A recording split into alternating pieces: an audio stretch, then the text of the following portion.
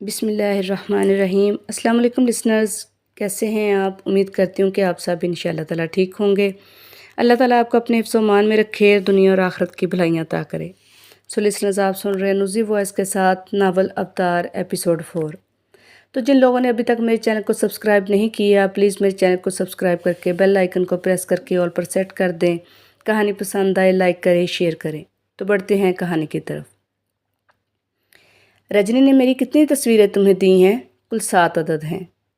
کہ ایسا نہیں ہو سکتا کہ تم مجھ سے ہر ماہ لگی بندی رقم وصول کرو، یہ ساری تصویریں نیگیٹیوز مجھے دے دو۔ وہ بولی، تم نے رجنی سے جس قیمت پر خریدی ہیں میں اس سے دوگنی قیمت دینے کو تیار ہوں۔ کیا یہ سودا کرو گے؟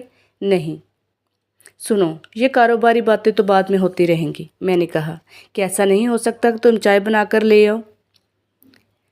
20 منٹ میں وہ چائے اور ناشتہ بنا کر لے آئی۔ میں نے اس سے صرف چائے کی خواہش ظاہر کی تھی، لیکن وہ میرے لیے ناشتہ بنا لے آئی۔ میرے اور اپنے لیے اس نے 2 انڈوں کا ہاف فرائی، ٹوسٹ، مکھن، جیم، جیلی اور ملائی بھی تھی۔ وہ ٹرے میں لائی تھی اور اس نے ٹرے تپائی پر رکھ دی۔ تپائی کے نیچے اخبار بھی تھے جس میں شانتی کے قتل کی خبر چھپی ہوئی تھی۔ میں نے ناشتہ کرتے وقت دانستہ قتل کے موضوع کو نہیں چھیڑا، البتہ چائے پیتے وقت میں نے اس کے چہرے پر نظریں مرکوز کر کے کہا، کیا تم بتا سکتی ہو کہ گوتم نے شانتی کو قتل کیوں اور کس لیے کیا، جبکہ شانتی اور اس میں گہرے تعلقات تھے؟ نہیں، اس نے نفی میں سر ہلایا۔ مجھے صرف اتنا معلوم ہے کہ جو کہ اخبار میں چھپا اور چھپ چکا ہے۔ کیا یہ حقیقت نہیں کہ گوتم نے یہ قتل تمہاری خاطر کیا؟ میں نے چپتے ہوئے لہجے میں کہا۔ تم اس سے انکار نہیں کر سکتی۔ میری خاطر؟ وہ کس لیے؟ اس کے ہاتھ سے پیالی چھوٹتے چھوٹتے بچی۔ میرا اس واردات سے کوئی تعلق نہیں، لیکن یہ تعلق ہے ضرور، میں نے کہا۔ واردات سے نہیں بلکہ قاتل سے۔ میں ثابت کر سکتا ہوں کہ قاتل نے تمہارے لیے یہ قتل کیا۔ کیا تعلق؟ سروجنی کا چہرہ زرد پڑتا گیا۔ میں تو قاتل کو جانتی تک نہیں، تم مجھے کیوں ملوث کر رہے ہو؟ قتل کی واردات سے کچھ دن پہلے تک تم قاتل کو نہیں جانتی تھی، لیکن بعد میں قتل سے 2-1 دن پہلے ملاقات ہو گئی۔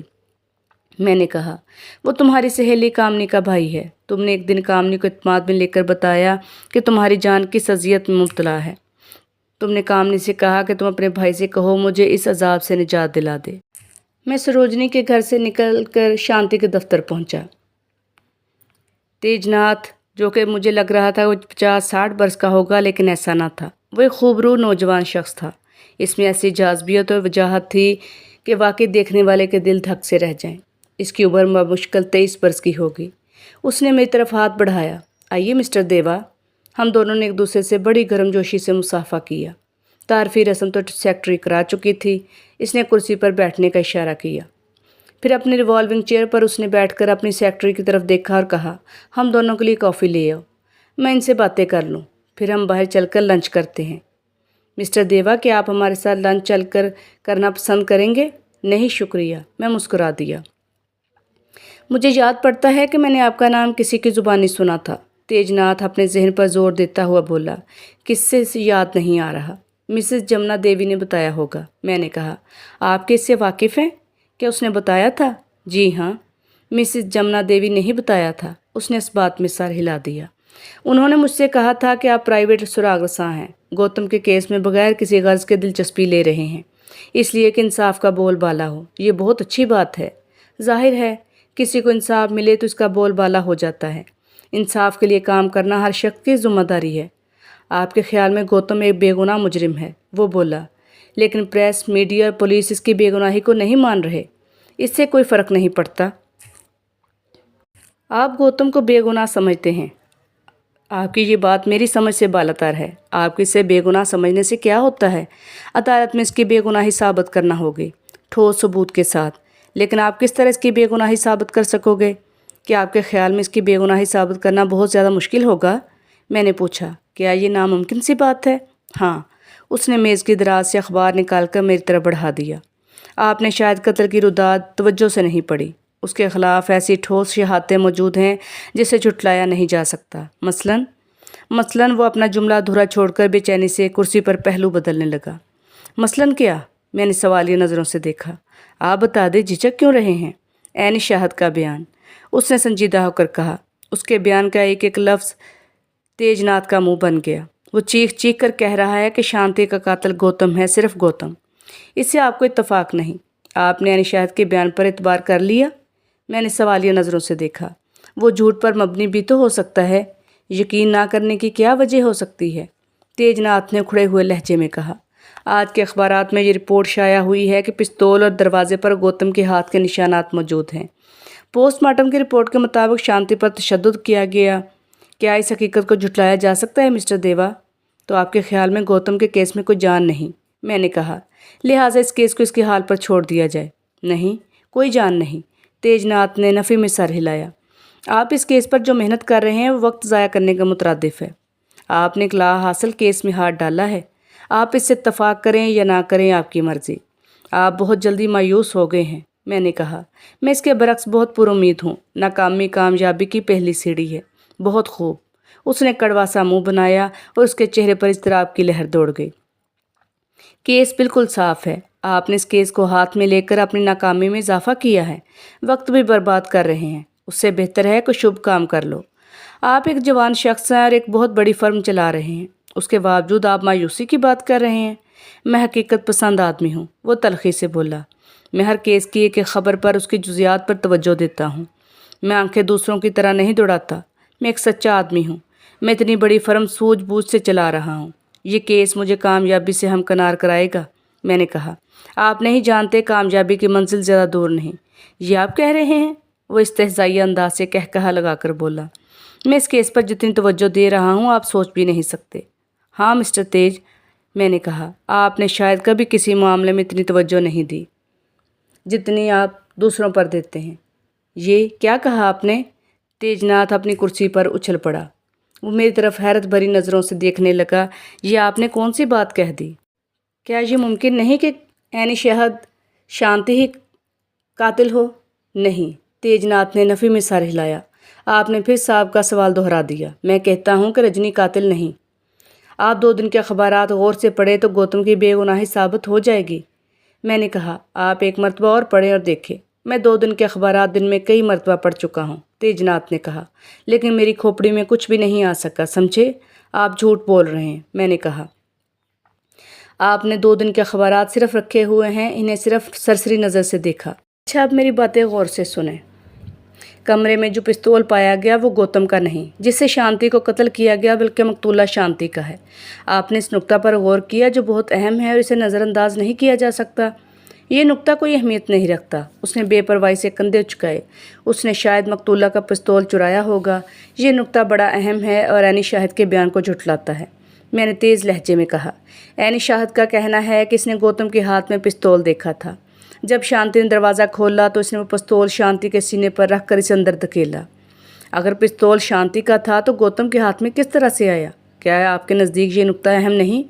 मुमकिन है इसने अंदर दाखिल होकर शांति के पिस्तौल पर कब्जा कर लिया हो, तेजनाथ ने सोचते हुए कहा, क्योंकि शांति को कत्ल करने में बहरहाल कुछ वक्त लगा। उसने कत्ल करने से पहले भी शांति के साथ बदतमीज़ी की। आपने इस पर गौर नहीं किया? अगर ऐसी बात है तो फिर गौतम का पिस्तौल कहाँ गया? मैंने सवाल किया।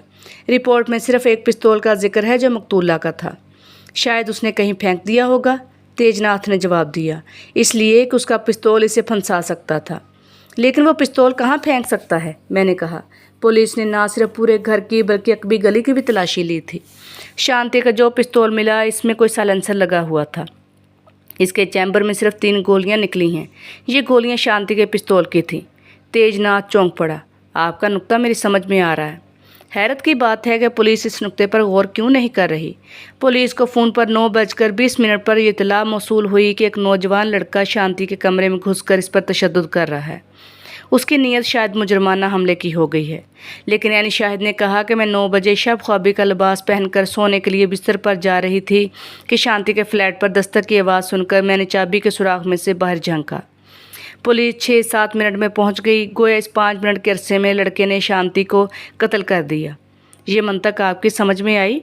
क्या ये 5 मिनट में मुमकिन है? नहीं। वो अपनी जगह से उछल पड़ा। फिर उसने नफ़ी में सर हिलाते हुए कहा, मैंने इस पहलू पर सोचा ही नहीं। मालूम नहीं क्यों?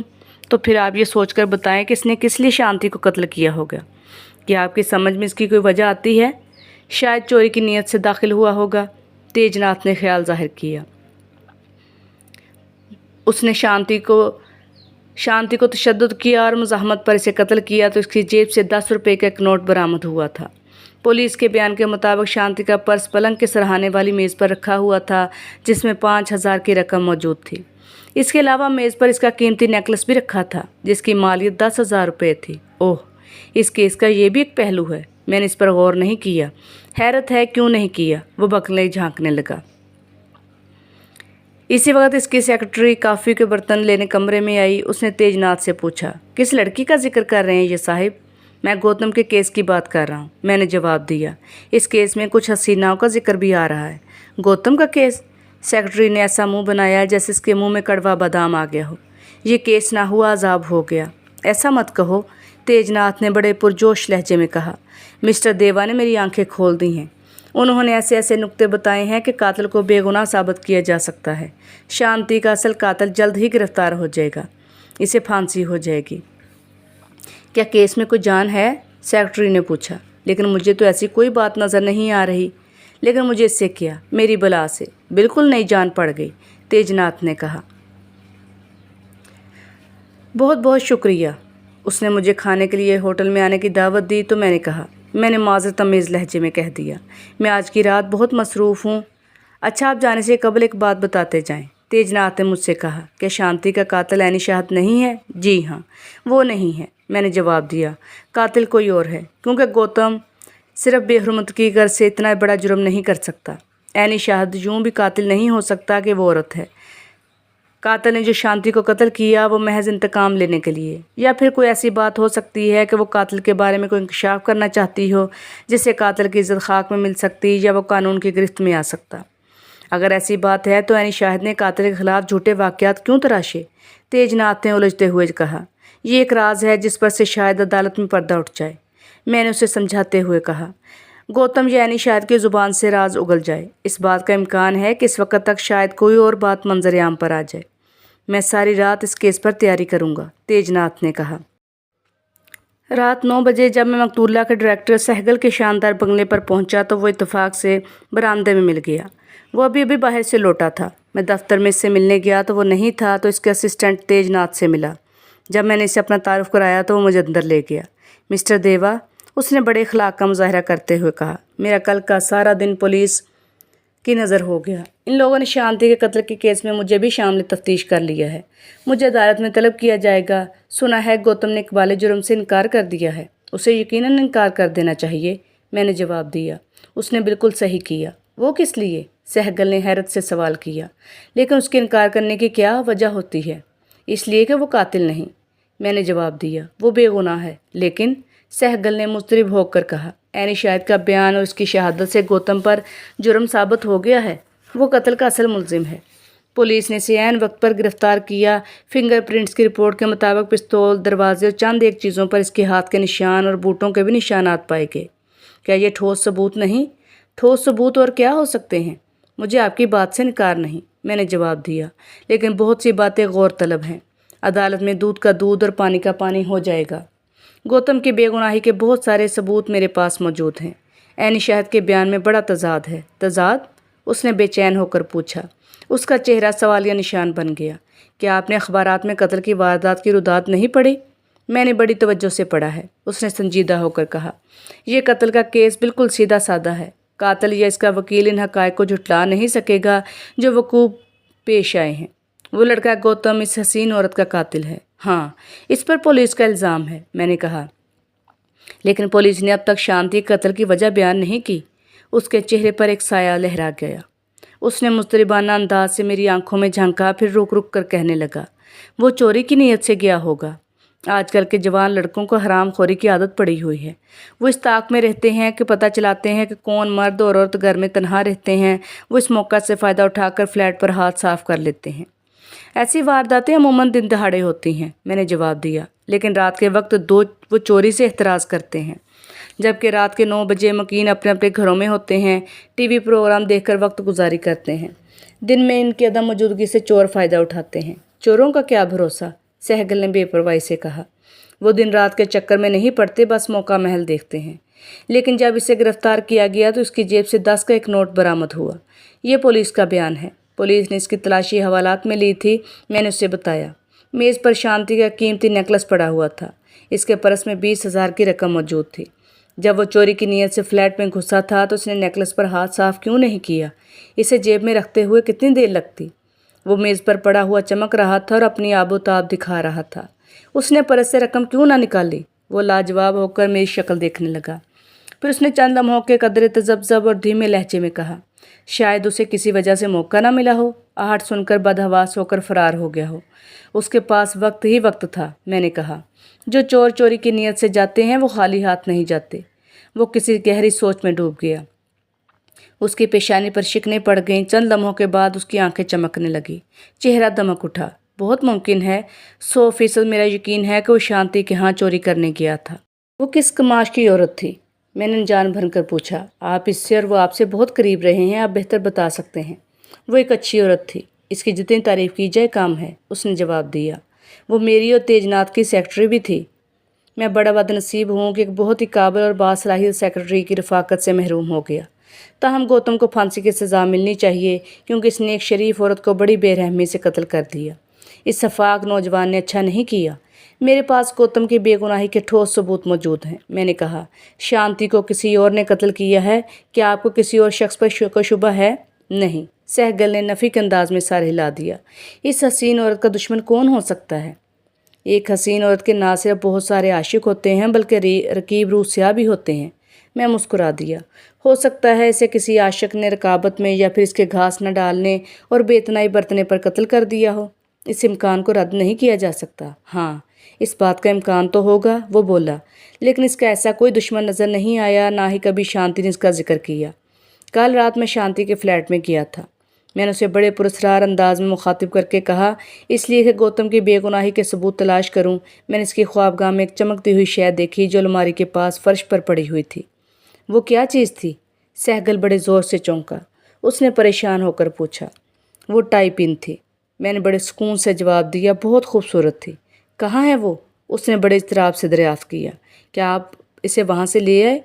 मैंने उसे उठाकर जेब में तो रख लिया, लेकिन वो शायद वहीं कहीं गिर गई।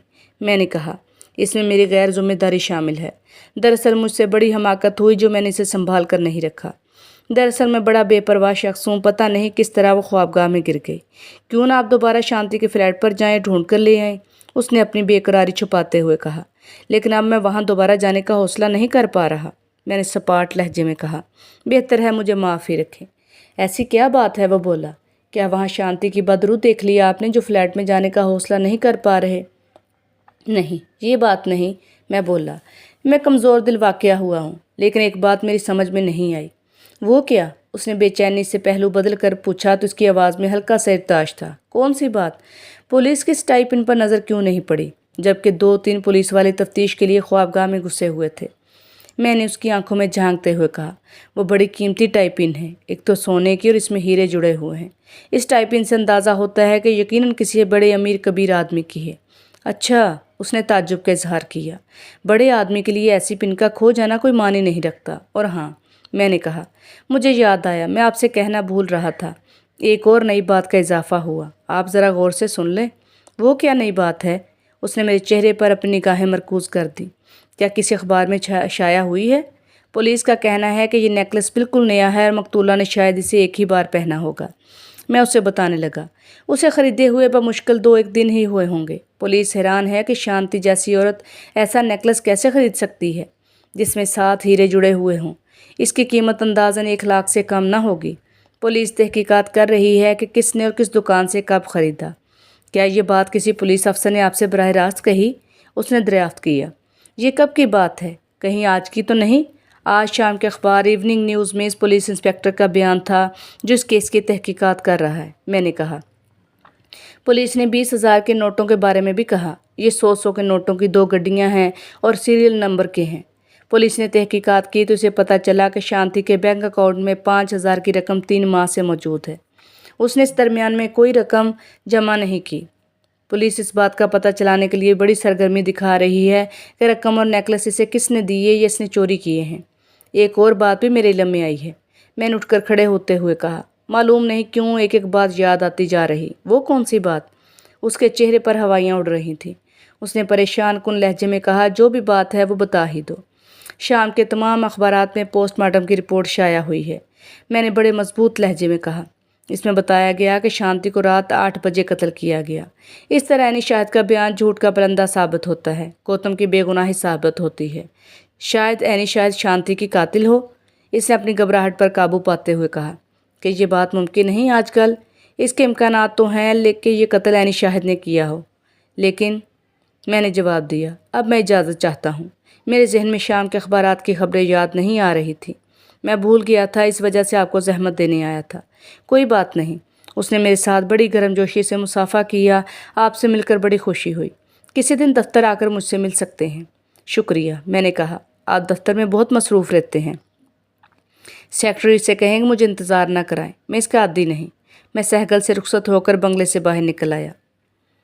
میں سہگل کی نئی سیکرٹری ریکھا کی رہائش گاہ کی طرف جا رہا تھا۔